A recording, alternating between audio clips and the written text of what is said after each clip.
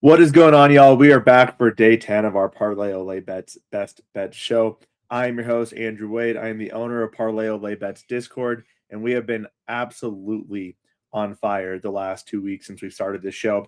We are 18-3 on our free props handed out. I am up 26 units this month.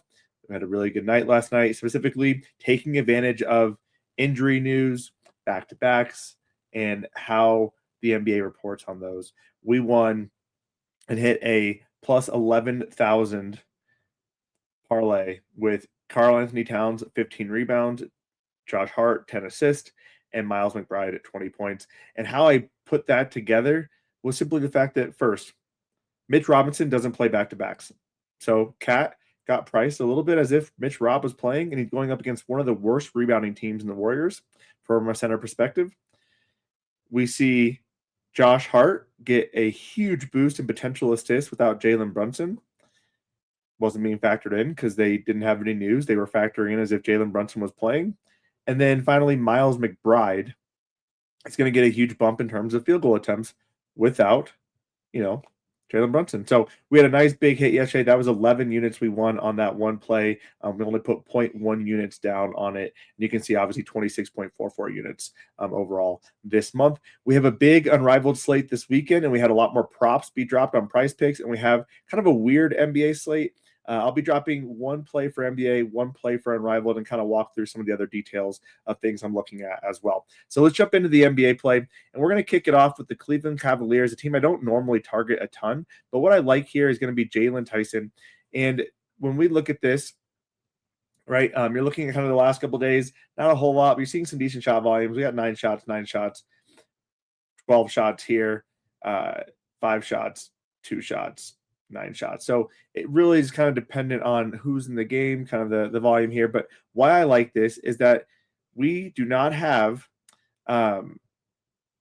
Darius Garland in the game today. So Darius Garland is out. Sam Merrill is out, which means Jalen Tyson is set at a pretty nice floor in terms of minutes.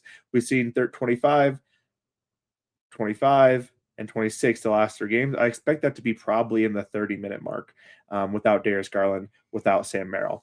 And when you look at the popcorn machine of how the game flowed without Darius Garland, you can see how Jalen Tyson was kind of the person who came in, right? So we have Darius Garland here. Darius Garland right up into here. Jalen Tyson up at the same spot, and then obviously played the last little bit into the fourth quarter. He's going to get a lot of run without Darius Garland in the game. So when you're looking at this, let's take out Darius Garland. Okay, we see a bump in points. We see a slight drop in field goal attempts. But let's take out these first couple of games. Really, I want to look at these last couple of games where he was really initiated into the offense and becoming more of a focal point. Because you can see here 2023, 15, 28, and then you start seeing that bump up quite a bit into those 30s. So let's just look at the last 7 games. Let's see what that looks like. I can see here. So 8.6 point bump, 3.3 bump in field goal attempts. The usage goes up as well. So that's what I really like to see here. If you look at without Sam Merrill, you still see a little bit of a field goal attempt bump, some point bumps. And you look at without both them, that same time frame, right? You're going to see an 8.8 point bump, 3.7 field goal attempt usage. A lot of the coach speak is very high on Jalen Tyson and what he can do defensively, but also just bringing that spark offensively. And then when you look at the fact going up against the Sixers, one of the things I did like when you look at his popcorn flow, once Darius Garland is out, right, you see him down here, and you see kind of what he did without him in. He shot the ball 4 times in a span of 5 minutes without Garland in the game. So I love to see that kind of usage without the main player we're targeting, obviously, in Darius Garland being out the game. So I like that. You also look at kind of where he's getting his points at. I'm not a big fan of the play type analysis here for today's game, but I do like where he's getting his points at. So let's just take a look at restricted zone area as well. And you can kind of see, again, it's favorable across the board. Without these two, we'll look at favorable when he has decent minutes, and we can look at the expected terms. And not ideal, but really what we're looking at here is the fact that we do have no Darius Garland, we do have a strong restricted zone, we do have no Sam Merrill. So that is really what I like to see here. So Jalen Tyson over 13.5 points. As far as other plays today, I kind of like a little bit of Zion Williamson under 3.5 assists. That's not going to be an official play. I haven't even put it out yet, but it's something I'm kind of looking at. Mainly his PA volume has gone down pretty drastically since returning to the lineup, especially this past 10 games. If you look at the last 10, his PAs are just 6.5. And if you take out, obviously, that game where I actually took his over on here, the Nuggets play very hard against forwards. They trap them a lot. They double them a lot. They force a lot of PAs out of their hands. So Zion Williamson under 3.5 assists is something I'm looking at going against a tough Pacers team.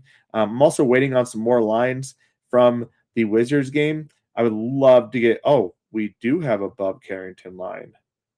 All righty then. Let's see what the assists are. Okay. We are probably going to put a play in after this on Bubba Carrington, but my official play mainly just there is no Bilal, there's no Chris, and when you look at that, you start seeing some higher attempts, some higher PAs, right? 3 PAs higher. We see 3.2 rebounds higher, rebound chances, and we see 3.2 field goal attempts higher as well. Keep in mind, these are games that were also with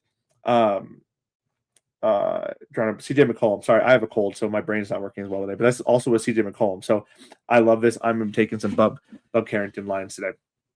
Again, official play though is Jalen Tyson. So let's jump over into Unrivaled. We have 2 games today. We have the Laces versus the Phantom, and then we also have the Rose versus the Hive. When you look at the Laces versus the Phantom, this is the more evenly matched game, as you can expect. The Laces and the Phantom, let's go to our team stats here. The Laces are the highest scoring team in the league. The Phantom are right behind them. The over-under is actually set at around, I think it's 141, 142. I'm not a big fan of the over here. I actually think these are primarily spiked up by the fact that both of these teams have played the Lunar Owls. Defensively, these teams actually aren't laced. The Laces have strong individual defenders. The Phantom have a strong team defense. As of like the last game, I really liked what I saw with Aaliyah Boston and Kiki kind of dropping into the paint, forcing these teams to kick out those threes. I don't like that starting group of Laces 3 shooters. I know Sykes has been hot, but it's not really my forte. She's not a 3 shooter by design. I do think that second unit can cause a lot of problems for this Phantom team, specifically with the fact that Jordan Canada likes to drive. So she's going to take Kiki, she can take AB into the paint, kick it out to a Nas or to a Maddie, who are great 3 shooters. So that'll be interesting to see.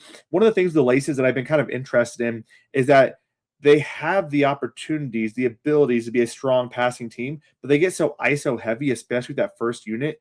In the second game, I love what I saw at the Laces against the Mist. There was a ton of ball action, a ton of screen handoffs with Alyssa Thomas and Jackie Young. And then we see in game 1 and game 3, it's basically ISO. Jackie Young's trying to win the game on her own all by herself. And so depending on which team we get, the Laces could have a strong offense, or they could be kind of easy to defend, especially that first unit. But when I look at this on the whole, I think the Phantom are a better team at this point.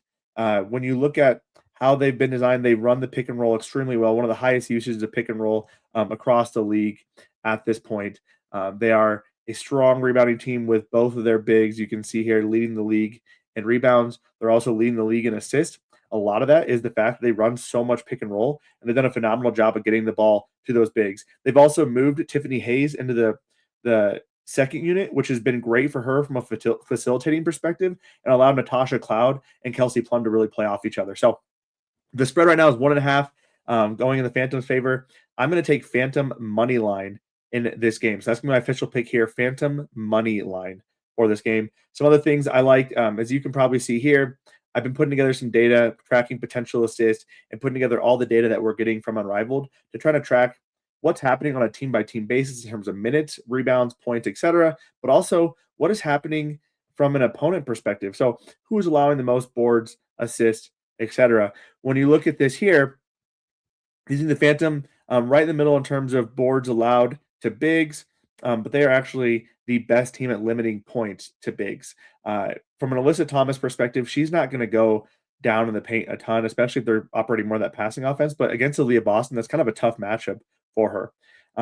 Then you look over here and you look at what about some of these teams and their guards, right? So let's look at specifically the Laces. I want to target here. The laces are actually for guards, allowing the third most boards to guards, right?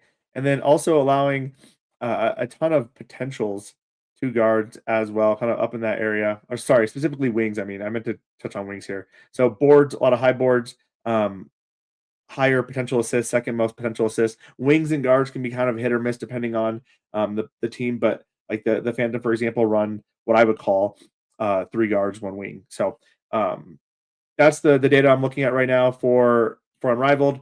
This is helping me kind of put together plays for Prize Picks, Underdog, which is where we're getting a lot of props at today. My favorite prop from this game right now is Natasha Cloud PRA. I'm not going to have his official play because I can't put that as a solo play. Everything has to be kind of correlated together using Prize Picks, and I only have access to 3-leg work there. But when you look at the overall data for Natasha, what I like to see is the increase in minutes, right?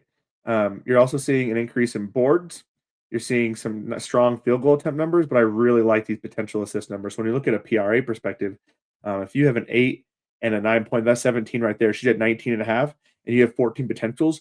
That number is just way too low for how much work she's putting in, how much potential she's having at this point. So I really like Natasha Cloud and her PRA. I also really like Jordan Canada's PRA. One of the things I noticed with this Phantom team is that if you can get into the paint, especially off of some action, guards can score if they get Kelsey Plum one-on-one, or she can kick it out, which is something I really like to see as well. So the play here is going to be Phantom money line. The second game is going to be Rose versus the Hive. And the Hive have been one of the worst teams in the league, right? I would say the second worst team in terms of production and whatnot. The Lunar Owls are a less talented team, to be clear, but the Hive are just the worst team in general. Like the continuity, they just don't work well together. They don't seem to have an understanding of how they can play well. That second unit with Natisha Heidemann and with Monique Billings, I thought worked a lot better than that first unit. Whereas Kelsey Mitchell is looking like kind of the early 2025 Kelsey Mitchell, no passing, all dribbling, and that's not working very well with that lineup. And Ezzy is just not a good fit in 3v3. If I had to pick, like Rose are going to win this game. I don't like the spread here. At that 10.5 is a little bit too much for me. One of the things I noticed from a player prop perspective is really the fact that the Rose are bleeding boards to bigs.